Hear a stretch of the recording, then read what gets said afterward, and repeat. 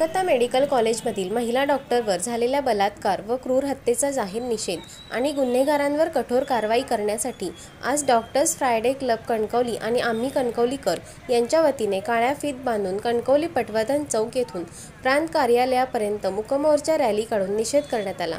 यावेळी कणकवली उपविभागीय अधिकारी जगदीश काटकर यांना दोषींवर कठोरात कठोर कारवाई करावी अशी मागणी डॉक्टर्स फ्रायडे क्लब कणकवली आणि आम्ही कणकवलीकर यांच्या वतीने निवेदन देऊन करण्यात आली।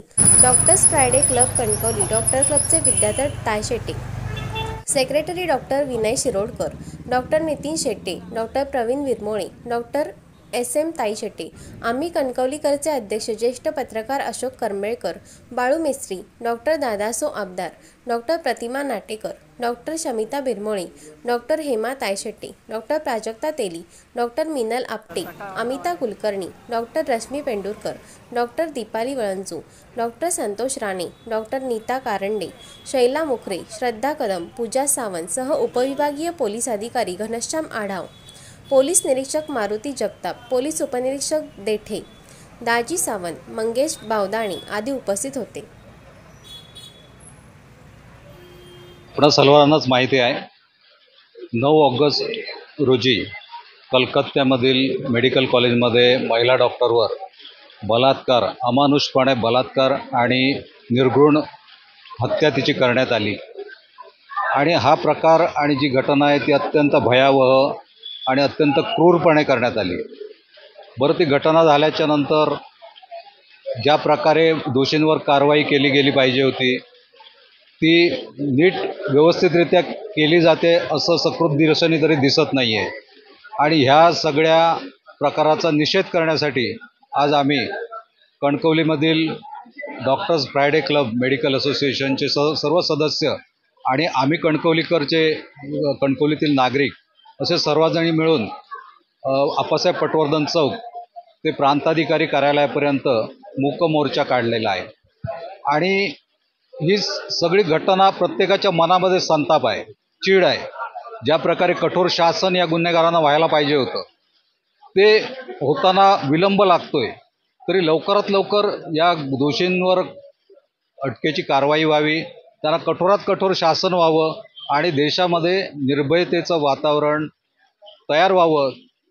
ज्या मुलीवर हे अत्याचार झाले त्या महिला डॉक्टरला न्याय मिळावा लवकरात लवकर अशी आमची सर्व डॉक्टर मेडिकल असोसिएशनच्या मार्फत आमची सर्वांची मागणी आहे। कलकत्त्यामध्ये जे महिला डॉक्टरांच्यावर जो अन्याय झाला तो एका महिला डॉक्टरवर झाला आहे असं नाही तर सर्व महिला जातीवर अन्याय झालेला आहे आणि त्याचा निषेधार्थ म्हणून आम्ही इथे प्रांत ऑफिसवर जमा झालेलो आहोत।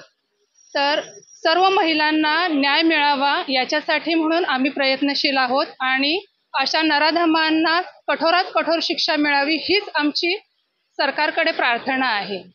नमस्कार। सध्या आपल्या देशामध्ये रेपच्या, बलात्काराच्या इतक्या घटना इतक्या लागोपाठ पुन्हा पुन्हा घडत आहेत।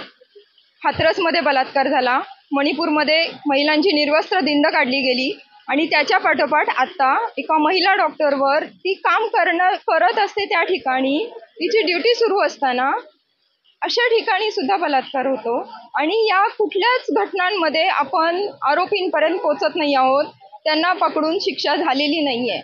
तर याच्यातून काय समाजात संदेश जातो, आपण कसं आम्ही समजायचं की आम्ही सुरक्षित आहोत आम्ही काम करण्याच्या ठिकाणी, किंवा आमच्या आता जे काही कलिग्स आहेत, जे इंटर्न्स आहेत, ज्या आहेत आता 24 तास म्हणजे RH मध्ये सेवा देत आहेत, किती वेगवेगळ्या म्हणजे बिकट परिस्थितीमध्ये किंवा कित्येक इमर्जन्सीमध्ये इतकी सेवा बजावत असताना सुद्धा या घटना होतात आणि याच्यात सगळ्यात वाईट असं की याच्या पुढे त्याचं काहीच होत नाही।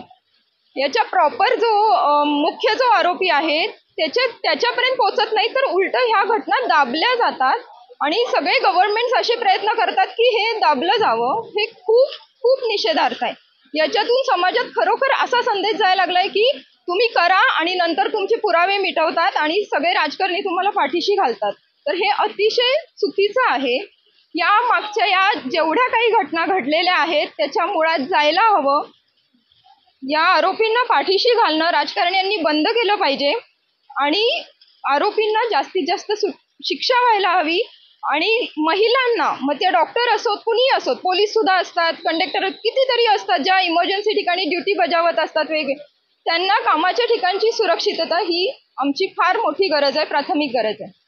फक्त प्रश्नचिन्ह माझ्यासमोर उभा आहे, माझ्यासमोरच नाही तर बऱ्याच जणांसमोर, आणि प्रचंड भयानक एक अस्वस्थता निर्माण झाली आहे. कारण आपण बघितलं तर मागे मणिपूर, आता कोलकाता, महाराष्ट्र आणि काही काळाने सिंधुदुर्ग किंवा कणकवलीही असेल, त्याच्यातली ही असेल, ती असेल किंवा मीही असेल, कोण असेल नंतरचं ह्यानंतर आपण सांगूच शकत नाही. आणि एक वेगळ्याच पद्धतीची भीती निर्माण झाली आहे. म्हणजे आता तर हा मुद्दा राहिलाच नाही की कपड्यांवरून किंवा वेळेच्या आत घरात या किंवा ती लहान मुलगी आहे, मोठी मुलगी आहे, असे शॉर्ट्स घालू नका.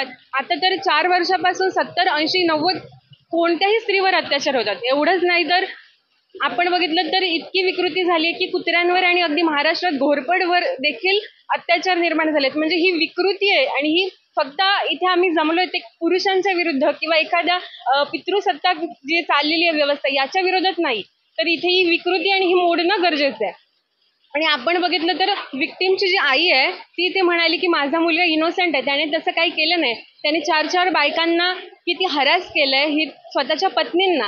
आणि त्याच पद्धतीने आपण बघितलं तर कुठेतरी पॅरेंटिंग चुकते असं मला वाटतं. जर एखादी योजना भविष्यासाठी केली जाते तर भविष्यासाठी मुलांना एक चांगली शिकवण का देत नाही आहोत? तर जर मुलींना वयात येताना किशोरवयीन जर आपण त्यांना मार्गदर्शन देत असू तरी मुलांसाठी पण एक असं काहीतरी निर्माण व्हावं. आणि यापेक्षा जास्त म्हणजे बोलताना वाईट एवढंच वाटतं की बाहेरच्या देशात खूप म्हणजे रॅन्डमली पटकन निर्णय घेतले जातात, पण आता आपल्या भारतात मी मानते की भारत आपल्यासाठी खूप साऱ्या योजना राबवत आहे, खूप सारे प्रकल्प करत आहे. पण मला वाटते की समुद्राच्या खालून जाणारा मार्ग किंवा मोठमोठी उड्डाण पुलं किंवा रस्ते आम्हाला नसले तरी चालतील, फक्त कारण तुम्ही एवढंच प्रगतशील देशाकडून जो विकसनशील आहे त्याला प्रगतीपथावर तुम्ही न्याल, पण ही प्रगतीपथ किंवा ह्या बाहेर जाताना आम्हाला जर बाहेर पडायचीच भीती वाटत असेल तर तुम्ही या प्रगतीचा काय उपयोग करणार आहात? त्यामुळे ही मोठी भयंकर अस्वस्थता निर्माण झाली आहे, ती आपल्या गव्हर्नमेंटने कमी करावं आणि त्या विक्टिमला लवकरात लवकर शिक्षा व्हावी असं मला वाटतं.